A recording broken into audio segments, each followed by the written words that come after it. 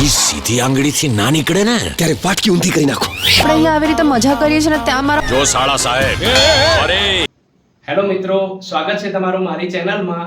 આજે આપણે વાત કરીશું ગુજરાતી ફિલ્મ લાયક નાલાયકના ઓફિશિયલ ટ્રેલરની.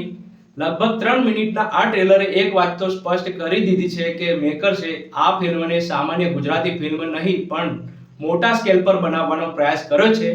હવે સવાલ એ છે કે શું આ ફિલ્મ ખરેખર દર્શકોની અપેક્ષાઓ પર ખરી ઉતરશે? ચાલો જાણીએ. ટ્રેલરની શરૂઆત હળવી કોમેડીથી થાય છે, પરંતુ થોડી જ વારમાં ફિલ્મનો અંદાજ સંપૂર્ણ બદલાઈ જાય છે. પૈસાની મોટી ડીલ, ક્રિમિનલ્સ, કિડનેપિંગ, સસ્પેન્સ અને એક્શન, આ બધું જોઈને લાગે છે કે આ ફિલ્મ માત્ર હસાવશે જ નહીં પરંતુ અંત સુધી સસ્પેન્સ જાળવી રાખશે. ટ્રેલરમાં સૌથી વધારે ધ્યાન ખેંચે છે ફિલ્મનું બેકગ્રાઉન્ડ પ્રેઝન્ટેશન.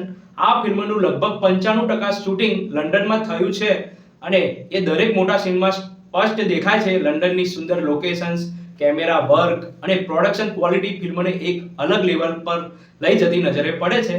ગુજરાતી સિનેમામાં આવી સ્કેલની ફિલ્મો બહુ ઓછી જોવા મળે છે. સ્ટાર કાસ્ટની વાત કરીએ તો હિતુ કનોડિયા, હિતેન કુમાર, ઓજસ રાવલ, અસ્મિત પટેલ સહિત ઘણા જાણીતા કલાકારો ટ્રેલરમાં જોવા મળે છે. સારી વાત એ છે કે કોઈ એક જ પાત્રને હાઇલાઇટ કરવામાં આવ્યું નથી. દરેક પાત્ર પાછળ કોઈને કોઈ રહસ્ય છુપાયેલું હોય એવો અહેસાસ થાય છે. ટ્રેલરના કેટલાક ડાયલોગ્સ અને વિલનની એન્ટ્રી પણ સારી ઇમ્પેક્ટ છોડી જાય છે. કરોડોની ડીલ, ધમકીઓ અને કિડનેપિંગ જેવા સીન ફિલ્મને વધુ કમર્શિયલ બનાવે છે. સાથે સાથે વચ્ચે આવતા કોમિક મોમેન્ટ્સને ટ્રેલરને વધુ બેલેન્સ રાખે છે. બેકગ્રાઉન્ડ મ્યુઝિક પણ ફિલ્મનો સૌથી મોટો પ્લસ પોઈન્ટ લાગે છે.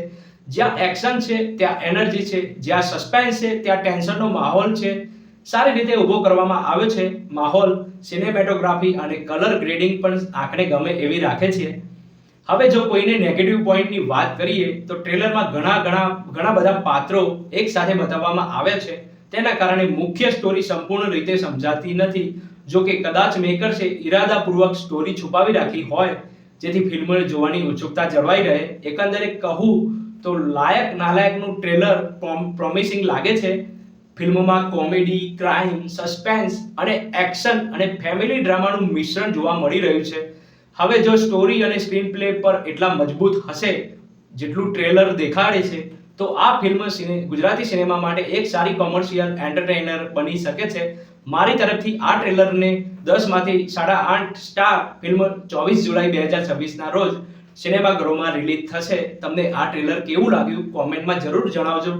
જો આ રિવ્યુ ગમ્યો હોય તો વિડીયોને લાઈક કરો, ચેનલ ફિલ્મી હાર્દિકને સબસ્ક્રાઇબ કરો અને મળીએ આગામી નવા ઓનેસ્ટ મૂવી રિવ્યુમાં. ત્યાં સુધી આવજો. જય શ્રી કૃષ્ણ, જય દ્વારિકાધીશ.